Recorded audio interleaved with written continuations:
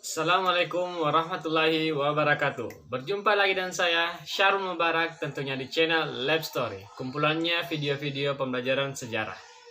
Nah, pada kali ini kita akan membahas materi atau lanjutan materi dari Sejarah Indonesia kelas 12, di mana pada pertemuan kita kali ini kita akan membahas materi mengenai perkembangan politik masa demokrasi liberal. Nah, sebelum kita mulai pelajaran, jangan lupa untuk like, komen, dan share video ini. Dan jangan lupa untuk subscribe channel ini. Jika sudah, ayo kita mulai. Oke, baik, mari kita bahas mengenai perkembangan politik masa demokrasi liberal, materi dari Sejarah Indonesia kelas 12. Nah, di sini kalian bisa lihat bahwasanya politik masa demokrasi liberal yang akan kita bahas mencakup 3 hal, yaitu pertama sistem pemerintahan, kemudian yang kedua yaitu sistem kepartaian, kemudian yang ketiga yaitu pemilihan umum tahun 1955. Baik, mari kita bahas satu persatu materi tersebut. Nah, di sini kalian bisa lihat sistem pemerintahan. Di dalam tabel itu ada 4 sistem pemerintahan, atau ada 3 ya. Nah, di sini pertama yaitu mengenai yaitu pertama pada tahun 1945, yaitu bulan Agustus hingga November, bentuk negara Indonesia masih dalam bentuk NKRI ya, namun sistem pemerintahan yang diterapkan yaitu sistem presidensial. Dan dasar negara Indonesia masih dalam berbentuk Undang-Undang Dasar Negara tahun 1945.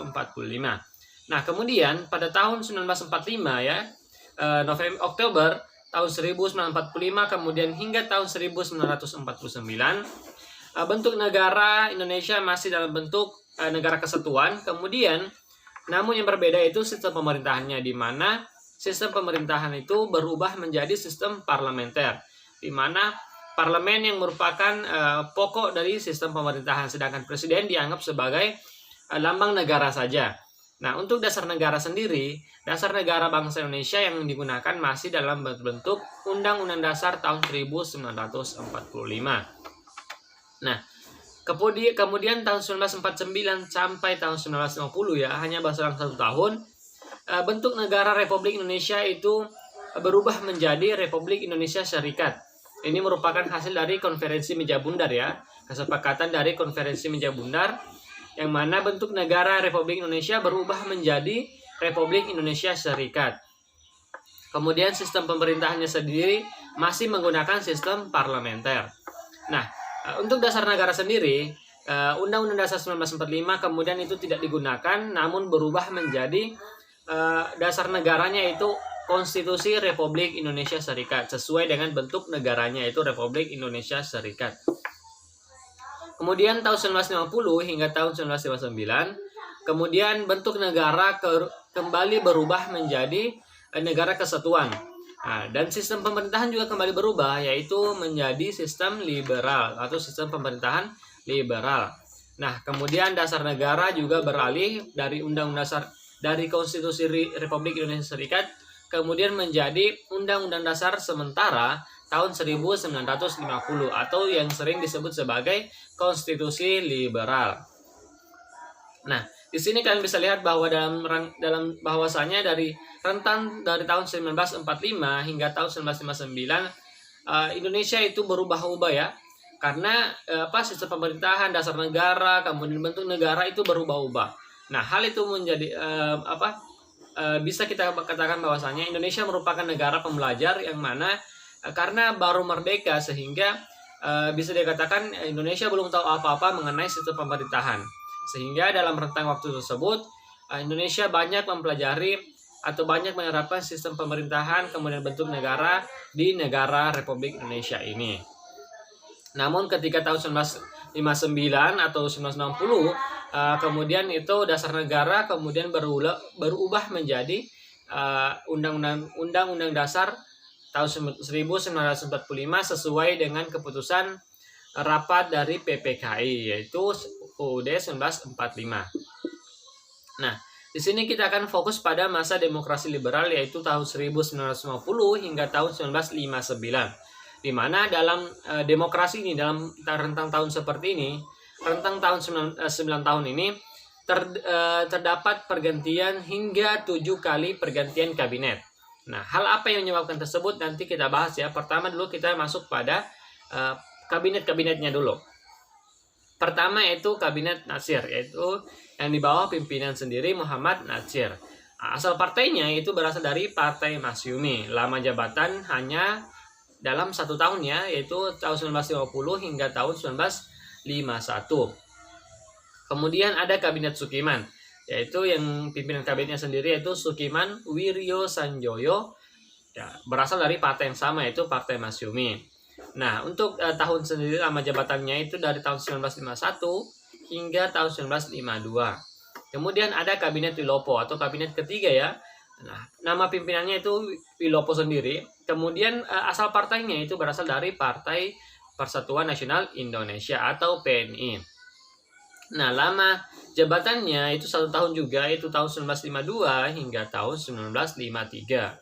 Kemudian ada kabinet keempat yaitu Kabinet Ali Sastroamijoyo I. Kenapa pakai 1? Karena Kabinet Ali akan memimpin 2 kali nantinya. Nah, di sini pimpinannya sendiri yaitu Kabinet Ali Ali Sastroamijoyo. Kemudian asal partainya masih partai yang sama yaitu Partai Nasional Indonesia atau PNI. Kemudian lama jabatannya ini berubah menjadi 2 tahun ya. Ini ada perubahan sedikit dibanding kabinet-kabinet lainnya yang mana hanya dalam rentang waktu 1 tahun. Nah, untuk Kabinet Ali Sastroamijoyo I itu lama kabinetnya menjadi 2 tahun. Ini yaitu pada tahun 1953 hingga tahun 1955. Nah, pergantian kabinet ini sebenarnya bukan karena masa jabatan berakhir ya, namun ada hal-hal lain yang nantinya menyebabkan kabinet-kabinet ini hanya berumuran 1-2 tahun. Nah, kabinet yang kelima yaitu ada Kabinet Burhanuddin Harahap. Yaitu pimpinan kabinetnya yaitu Burhanuddin Harahap sendiri. Kemudian asal partainya yaitu berasal dari Partai Masyumi. Nah, untuk rentan tahunnya sendiri yaitu tahun 1955 hingga tahun 1956 ya. Ingat, ini kemudian kembali lagi menjadi 1 tahun. Kemudian ada Kabinet Ali Sastroamijoyo II. Nah, setelah Kabinet Burhanuddin Harahap jatuh, maka Kabinet Ali Sastroamijoyo II kemudian kembali memimpin pemerintahan. Ya, seperti yang sebelumnya itu Ali berasal dari Partai Nasional Indonesia atau PNI. Nah, lama jabatannya hanya 1 tahun lagi, yaitu dari tahun 1956 hingga tahun 1957. Nah, yang kabinet yang terakhir yaitu Kabinet Juanda. Kabinet Juanda ini merupakan pimpinannya itu Raden Juanda Kartawijaya. Nah, untuk partai sendiri perlu diketahui bahwasanya masa Kabinet Juanda ini merupakan masa di mana kabinet itu atau anggota kabinet itu berasal dari orang-orang yang memang ahlinya, bukan dari orang-orang partai. Sehingga pada masa ini bisa dikatakan program kerjanya dapat berhasil ya, karena ya lumayan berhasil lah, karena diisi oleh orang-orang yang memang ahlinya, bukan dari orang-orang partai, sehingga kemudian disebut sebagai Zagen Kabinet. Nah, untuk lama jabatan sendiri itu pada tahun 1957 hingga tahun 1959. Nah, ini ya untuk partainya. Nah, kemudian alasan kenapa sih kabinet ini silih berganti atau rentan waktu kepemimpinannya hanya 1-2 tahun saja. Nah, alasannya itu, nah di sini sistem mereka memimpin itu bukan untuk negara ya, bukan untuk negara, melainkan hanya untuk kepentingan partainya sendiri. Sehingga nah ketika ada perbedaan pendapat, nah mereka saling menjatuhkan, bukan saling menguatkan. Nah, sehingga mereka silih berganti dalam waktu rentan 1-2 tahun, kemudian silih berganti memimpin ke pemerintahan, karena tadi adanya ego masing-masing ya, ego masing-masing partai yang ingin meloloskan partainya menjadi pimpinan kabinet, sehingga program kerjanya yang mereka janjikan awalnya itu kemudian terlupakan. Nah, untuk gambaran program kerja sendiri, dari semua kabinet ini fokusnya program kerjanya itu hampir sama itu pertama sistem pemerintahan yang lebih baik, kemudian pembebasan Papua, Irian Jaya, kemudian pembangunan merata itu ya, kemudian keamanan dalam negeri, itu semua merupakan program kerja yang mereka usung. Jadi bisa dikatakan bahwasanya program kerja mereka itu hampir sama. Sini hanya ada namun ada ya, perlu diketahui bahwasanya namun setiap kabinet memiliki penekanan masing-masing. Nah, kabinet yang dipimpin oleh Masyumi menekankan pentingnya penyempurnaan pimpinan Tentara Nasional Indonesia. Sedangkan kabinet yang dipimpin oleh Partai Nasional Indonesia sering menekankan pada masalah hubungan luar negeri yang menguntungkan perjuangan pembebasan Irian Barat dan pemerintahan dalam negeri. Oke, kemudian kita masuk, kalau di layar kalian kita masuk pada sistem kepartaian. Nah, di sini kalian bisa lihat bahwasanya sistem kepartaian itu dimulai pada pasca proklamasi, maksud saya. Itu di sini kalian bisa lihat jadi pasca proklamasi kita bisa lihat bahwasanya RI memerlukan adanya lembaga parlemen, ya. Pasca proklamasi kemerdekaan, pemerintah Republik Indonesia kemudian memerlukan adanya lembaga yang berfungsi sebagai perwakilan rakyat sesuai dengan amanat Undang-Undang Dasar tahun 1945. Sehingga keberadaan parlemen, dalam hal ini DPR dan MPR, tidak terlepas dari kebutuhan adanya perangkat organisasi politik, yaitu partai politik. Nah, kemudian berkaitan dengan hal tersebut, pada tanggal 23 Agustus 1945, kemudian Presiden Soekarno membentuk PNI sebagai partai tunggal yang ada di Republik Indonesia. Namun keinginan tersebut tidak dapat diwujudkan. Kemudian gagasan pembentukan partai baru muncul lagi ketika pemerintah mengeluarkan maklumat pemerintah tanggal 3 November tahun 1945. Nah, di sini kemudian setelah keluarnya maklumat pemerintah tersebut, kemudian bermunculan banyak partai politik. Nah, sehingga di sini jadi ya, karena banyaknya tadi itu karena maklumat pemerintah tanggal 3 November tahun 1945, banyak bermunculan partai-partai politik yang baru. Nah, di sini kemudian ada yang disebut sebagai multi partai, ya. Sistem kepartaian dianut pada masa demokrasi liberal adalah multi partai. Nah, di sini daftar nama partai kalian bisa lihat di layar, itu ada berapa ini? 1 2 3 4 5 6 7 8, ya. Ada 11, ya. Ada 11 partai yang besar, ya. Ini partai yang besar lah yang kita masukkan. Kalau kita masukkan pada masanya ini, itu hingga pada 80 atau 90 partai lah yang ada di Indonesia ketika itu. Namun kita akan yang saya masukkan di sini hanya partai-partai yang besar. Nah, pertama itu ada Partai Majelis Syuro Muslimin Indonesia atau Masyumi di bawah pimpinan Sukirman Wirjo Sanjoyo. Tanggal berdiri itu 7 November 1945. Kemudian ada PNI atau Partai Nasional Indonesia yang dipimpin oleh Sidik Joyo Soekarto. Nah, di sini tanggal berdirinya 29 Januari 1945. Sebenarnya untuk PNI sendiri sudah berkembang atau sudah berdiri sejak zaman penjajahan Belanda, ya. Kemudian masuk Jepang dan Belanda lagi. Nah, di sini sebenarnya dimasukkan 29 Januari itu pada saat pembentukan ulang, ya, atau penguatan lah namanya. Kemudian ada Partai Sosialis Indonesia atau PSI yang dipimpin oleh Amir Syarifuddin. Ini partai yang bergolongan kiri yang didirikan pada tanggal 20 November 1945. Ada kemudian Partai Komunis Indonesia atau PKI yang didirikan oleh Mr. Muhammad Yusuf. Ya, 7 November 1945 merupakan tanggal berdirinya. Kemudian ada Partai Buruh Indonesia yang dipimpin oleh Nyono, dibentuk 8 November 1995 dan seterusnya, ya. Di sini ada sampai 11 partai. Nah, kita masuk pada pembahasan yang ketiga, yaitu pemilihan umum tahun 1945. Pertama, itu pemilihan umum pertama kali dirancang pada Kabinet Ali Sastroamidjojo I dengan membentuk panitia pemilu pusat dan daerah pada tanggal 31 Mei tahun 1954. Namun gagal karena Kabinet Ali I terlanjur jatuh, ya, karena hanya pemimpinan mereka hanya 2 tahun. Kemudian ada lagi pemilihan umum berhasil ketika kabinet dilanjutkan oleh Kabinet Burhanuddin Harahap, ya, karena memang sebelumnya sudah dirancang pada masa Kabinet Ali I. Nah, di sini pemilu dibagi dalam 16 daerah, pemilihan yang meliputi 208 kabupaten, kemudian 2.139 kecamatan, dan 43.429 desa. Nah, di sini pemilihan umum dilaksanakan dalam 2 tahap. Tahap pertama memilih anggota parlemen pada 29 September 1955 dan tahap kedua pemilihan anggota Dewan Konstituante atau Badan Pembuat Undang-Undang Dasar pada tanggal 15 Desember 1955.